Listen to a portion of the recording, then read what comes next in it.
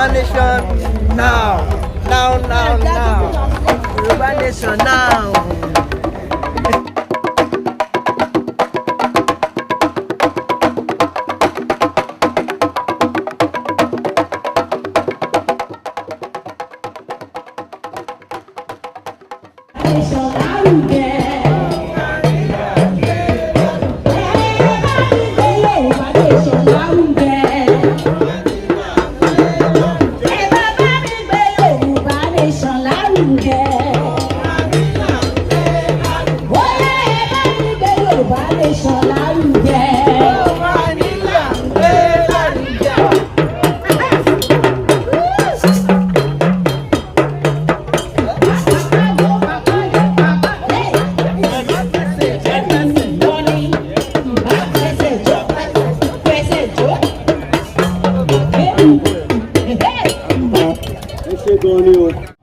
àti débi tá à ń sọ nígbà tí wọ́n máa ṣe census lọ́jọ́ kìíní wọ́n ní Yorùbá nation wọ́n ní àjùbí tí báyìí lọ wọ́n ní àwọn kan tó wà ní Kánò wọ́n ní wọ́n tẹ̀sí ń jó tó pọ̀ jù wá lọ tabadẹ̀ wò ó káàkiri àgbáyé ibikíbi tí omi bá ti wà kò sọ fún ẹ̀ ní ibẹ̀ ni àwọn èrò máa ń wà.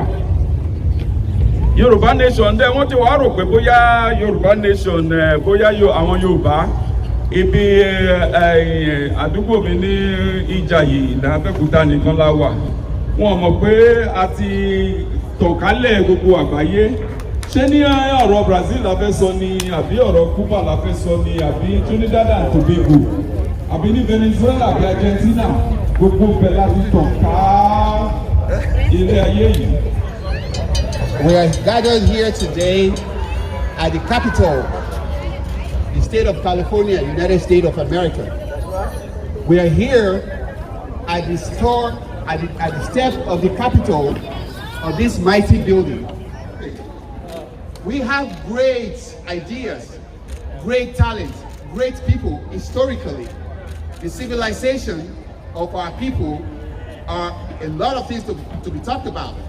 But today, the nation, the group of people known as Yoruba, they are being relegated. Enough is, we want our own country. We want our own self-determination land where we can use our talents to build our nation. Yoruba nation now. Yoruba nation now.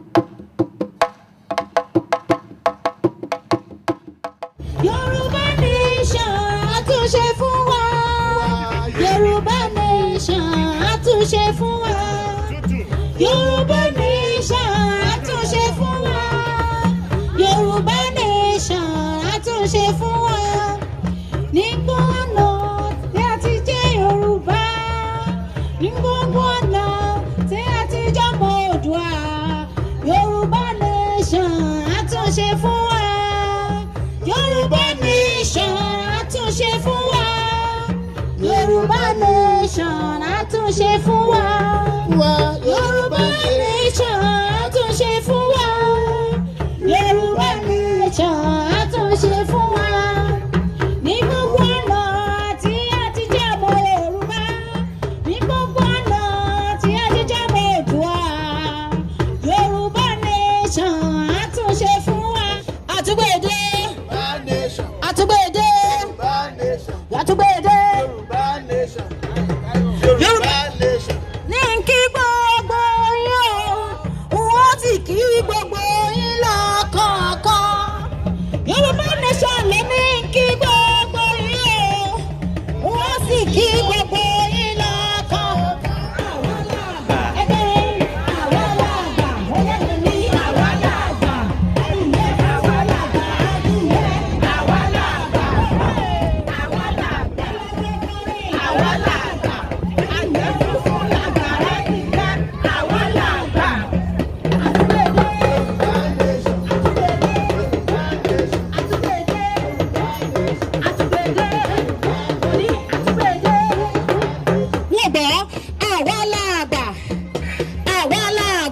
Yorùbá nation làgbà, àwa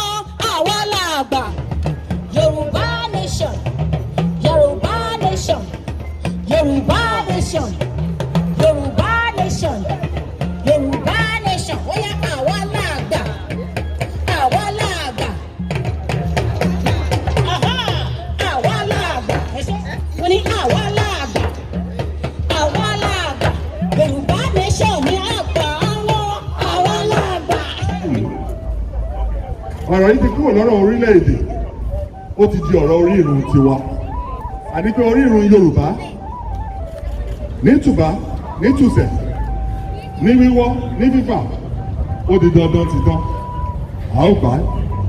ṣé ẹ rí orílẹ̀-èdè tí a ti ń bá bọ̀ ìyànjẹ ìrẹ́jẹ ìgbanilójú ìfanisẹ́yìn òun ló pọ̀ ń bẹ̀.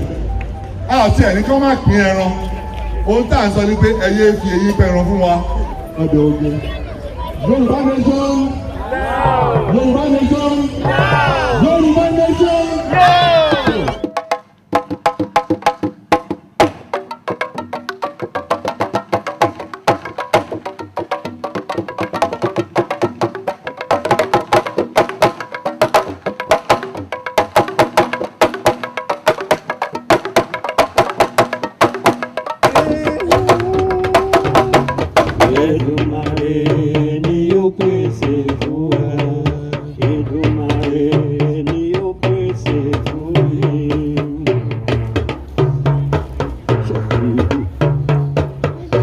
This is Brother Val from Trinidad and Tobago. This is Yoruba in the Caribbean. So he's come here today to give us a support.